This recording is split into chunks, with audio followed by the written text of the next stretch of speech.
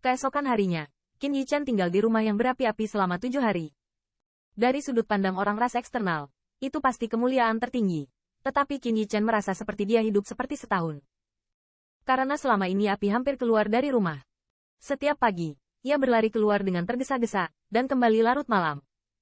Terlebih lagi, setiap kali saya kembali, saya mabuk dan berbaring di kamar saya dan tertidur, tidak pernah menyebutkan hal tentang Raja Roh. Selama waktu ini, Qin Yichan menemukan bahwa kekuatan besar Xiao Linger di dalam tubuh sudah gelisah, yang membuatnya semakin khawatir. Pada hari ini, sesuatu yang di luar dugaan Qin Yichan adalah bahwa nyala api sama sekali tidak habis seperti biasanya, tetapi malah datang ke tempat dia berdandan. Qin adik laki-laki, ayo pergi, saatnya membawamu menemui Raja. Wajah garang itu berkata dengan sungguh-sungguh, tapi aku ingatkan dulu, aku bisa mengantarmu ke sana.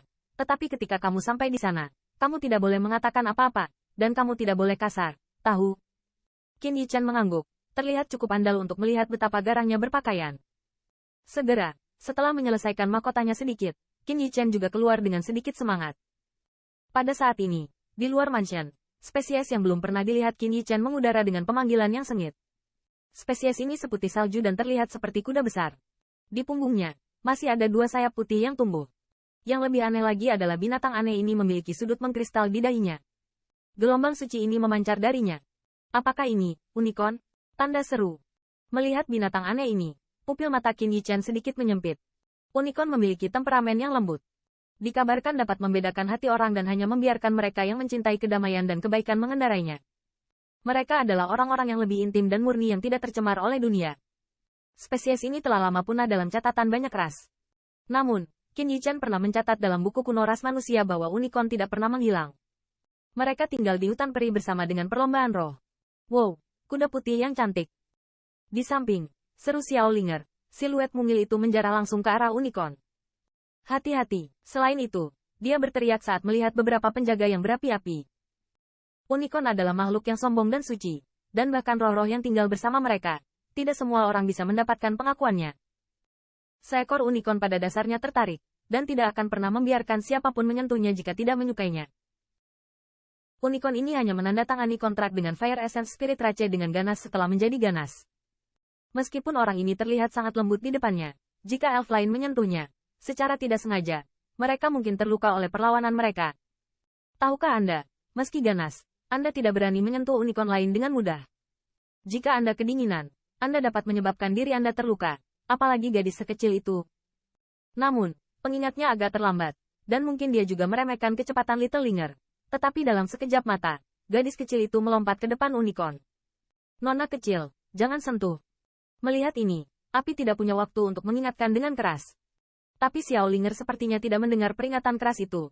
Tangan kecilnya telah mengelus kaki panjang unicorn itu. Melihat pemandangan ini, beberapa elf senior di satu sisi memejamkan mata sedikit tak tertahankan. Tetapi mereka ingat dengan jelas bahwa ketika mereka pertama kali melihat unicorn, seorang pria penasaran menyentuhnya seperti Xiao Linger. Pada akhirnya, barang-barang itu dipatahkan oleh para unicorn dengan beberapa tulang rusuk dan tergeletak di tempat tidur selama setengah bulan. Anda tahu, mereka adalah ras roh yang baik, dan mereka telah berbohong selama setengah bulan dengan ketangguhan mereka. Jika mereka digantikan oleh orang asing, saya khawatir mereka harus berbohong setidaknya untuk paruh pertama tahun ini. Di depan gadis kecil ini, saya benar-benar tidak tahu apakah tubuh kecilnya dapat membawa kekuatan unicorn. Saat mereka memejamkan mata, sepertinya tidak ada suara aneh sama sekali. Untuk sesaat, para elf itu baru saja membuka mata mereka. Namun, adegan berikutnya membuat mereka sedikit lamban. Saya melihat bahwa berapi-api berdiri di dekat unicorn. Sosoknya agak stagnan, dan di depannya, unicorn yang telah dia tanda tangani kontrak, tidak hanya tidak ingin menendang roh kecil itu, tetapi sebaliknya. Kaki berlutut di tanah, menggosok dengan kepala bangga dan sedikit semangat. Tampilan itu bahkan lebih dekat dari biasanya dengan berapi-api. Wow, binatang kecil, kamu sangat baik. Siapa namamu? Bai Ling. Itu tidak baik. Kamu akan dipanggil Bai Sui di masa depan. Saat ini, Xiao Linger sedang berbisik sambil mengelus bulu putih kama unicorn. Untuk adegan ini, mungkin Qin Yichan yang tidak terlalu terkejut.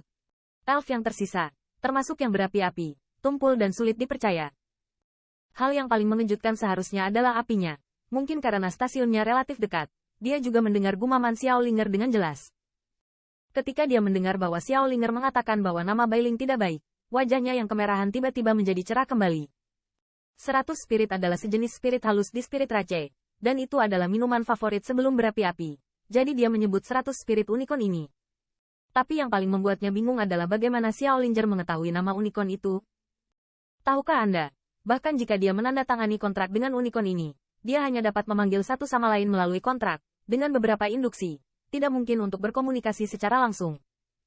Dan gadis kecil seperti boneka porselen itu akrab dengan unicorn di depannya.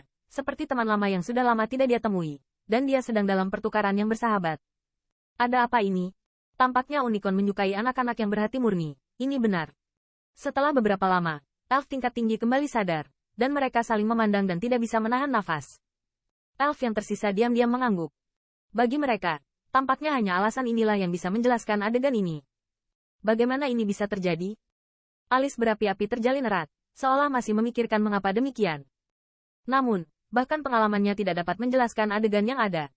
Diakon, saatnya pergi. Jika terlambat, itu akan terlambat. Pada akhirnya, itu adalah pengingat yang baik dari seorang penjaga yang baru saja menarik api dari pikiran itu. Pergi, dia memandang unicorn yang tampaknya benar-benar mengabaikan dirinya sendiri, berbicara secara mekanis.